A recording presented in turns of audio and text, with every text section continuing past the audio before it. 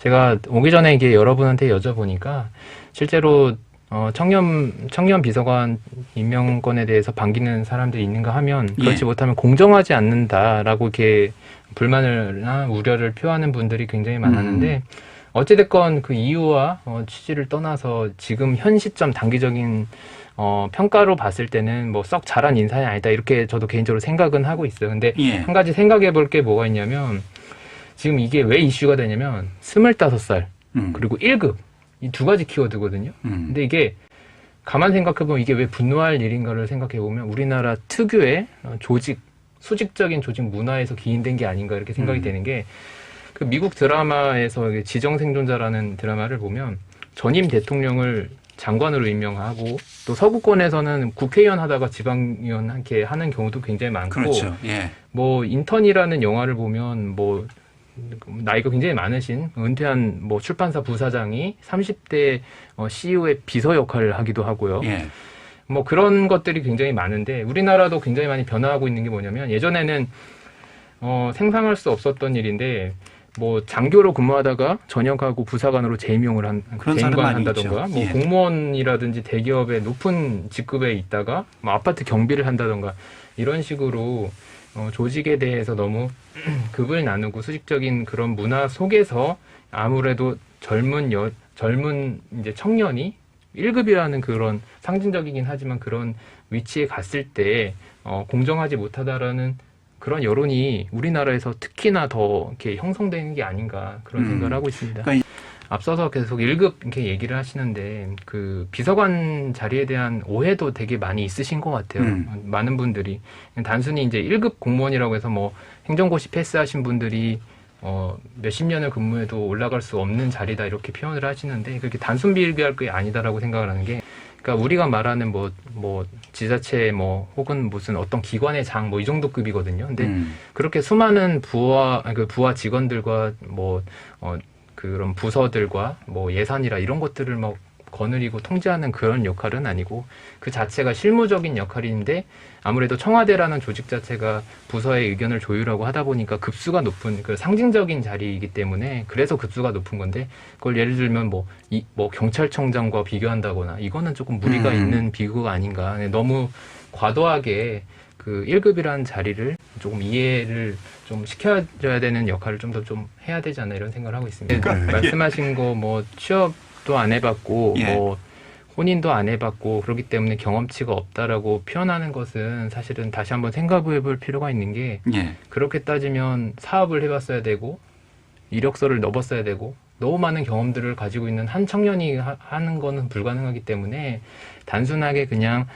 그런 청년들, 어려움을 가지고 있는 청년과 소통을 할 수 있는 어린 그런 청년 비서관에 대한 의미를 뒀으면 좋겠고 그리고 경험 부재에 대해서 말씀을 드리자면 당연히 나이랑 경험은 상관관계에 있죠. 양의 상관관계가 있기 때문에 나이가 어린 만큼 경험이 부족한 거는 당연합니다. 하지만 정치 영역에선 좀 다른 기준으로 좀 볼 필요가 있는 게 우리나라에서는 젊은 나이에 정당을 가입하고 정당 활동하는 것에 대해서 굉장히 꺼려하는 분위기가 있습니다. 굉장히 배척하는 분위기가 있고 그런 분위기 속에서 정당에 가입해서 자신의 목소리를 내고 그리고 여러 가지 이슈에 대해서 이야기를 하고 그리고 남들이 스펙 쌓는 그런 소중한 청춘 시간 안에 정당 안에서 활동을 한다는 것은 웬만큼 공익적인 가치를 추구하지 않고서는 할 수 없는데 이런 청년들이 굉장히 많단 말이죠.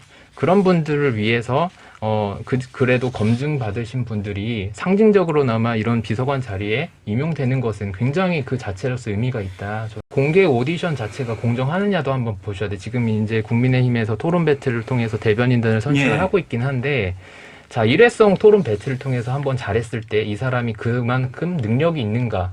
그게 충분히 검증됐냐? 이런 부분에 대해서 한번 생각해 볼 필요가 있고 그에 반해서 박성민 그 당시 뭐 대변인 활동하시고 여러 가지 경쟁과 그런 검증 과정을 통해서 당에서 소중하게 키워온 자산인데 이런 부분에 대한 검증이 없었다고 보는 게 맞는가? 이런 부분에 대해서 생각해 볼 필요가 있죠. 저도 뭐 그 선발 과정이 굉장히 참신했다고 보고 또 언론에서 나오는 거 보면 국민의힘 입장에서는 흥행에 굉장히 큰 성공을 했다. 다만 그게 그렇게 선발하는 것이 정말 공정한 것인가에 대해서는 앞으로 결과를 보고 그리고 그 결과에 따라서 한번 평가해 볼 필요가 있고 저희 민주당에서도 그런 거에 대해서 한번 논의를 해볼 필요는 있다. 저도 그렇게 긍정적으로 생각하고 있습니다. 물론 되게 공정해 보이고 누구나 참여할 수 있고 거기서 승자가 성공을 원하는 직을 얻을 수 있다는 점에서는 겉으로는 공정해 보일 수 있으나 저희가 학력고사가 폐지된 이유 중에 하나가 단 한 번의 시험으로 그 사람의 그 대학 입시를 결정짓는 것이 과연 공정한 것이냐 그리고 학력고사 자체가 그 사람의 다양성 있는 능력을 다양성 있게 반영하는 것인가에 대한 문제 제기로 인해서 수능도 있고 내신도 있고 여러 가지 체계가 있는 거 아니겠습니까? 그래서 제가 봤을 때는 이번 행사에는 그 자체는 의미가 있지만 결코 그렇다고 해서 이거 자체가 공정한 100% 공정한 선발 과정은 아니다라고 말씀드리고 싶습니다. 청년들의 문제 중에 뭐 주거, 혼인, 출산, 교육 여러 가지 문제점이 있고 이걸 해결하기 위해서 각 부처에서 많은 정책들과 예산들이 편성이 되어 있는데 지금 우리나라 합계 출산율이 아직 0.몇 거의 전 세계 최하위권이죠. 0.8도 깨졌죠. 그러니까 이런 것들을 봤을 때 예산과 정책들이 조금 비효율적으로 흘러가고 있다. 성과가 없다. 이런 지적들이 학계에서도 굉장히 많이 있고 이런 부분을 효율적으로 컨트롤 타워 해줄 수 있는 그런 부서, 그 특임 형태이긴 하지만 그런 부서가 있다는 것에 대해서는 굉장히 고무적이고 공감을 하는 바입니다. 그리고 다만 염려가 되는 것은 섣불리 이렇게 어느 정도 사회적인 합의가 있어야 될 것 같아요. 왜냐하면 이게 청년이라는 거는 한 특정한 국민의 일부분에 있는 일부분의 구성원들을 위한 정책을 위주로 돌리는 거기 때문에 다른 세대와의 세대별 갈등이 있는지에 대해서도 좀 신중해야 될 필요가 있고 또 장관 임명권에 대해서도 당연히 청년이 저희 입장에서는 청년 좀 젊으신 장관이 임명이 돼서 참신한 시각으로 정책을 이끌어줬으면 좋겠다는 생각을 하게 되는데 사실 대부분의 청년들이 청년 장관을 원하는 게 아니라 청년을 대변할 수 있는 능력 있는 장관을 원하는 부분도 있거든요. 이런 부분에 대해서 어느 정도 사회적 합의를 이루고 나서 그 자리가 굳이 청년이 아니어도 그런 의견들도 많이 있습니다. 그래서 그런 사회적인 합의를 토대로 해서 청년을 위하는 부서 또는 특임 장관이 좀 만들어졌으면 좋겠다라는 바람을 가져봅니다. 그러니까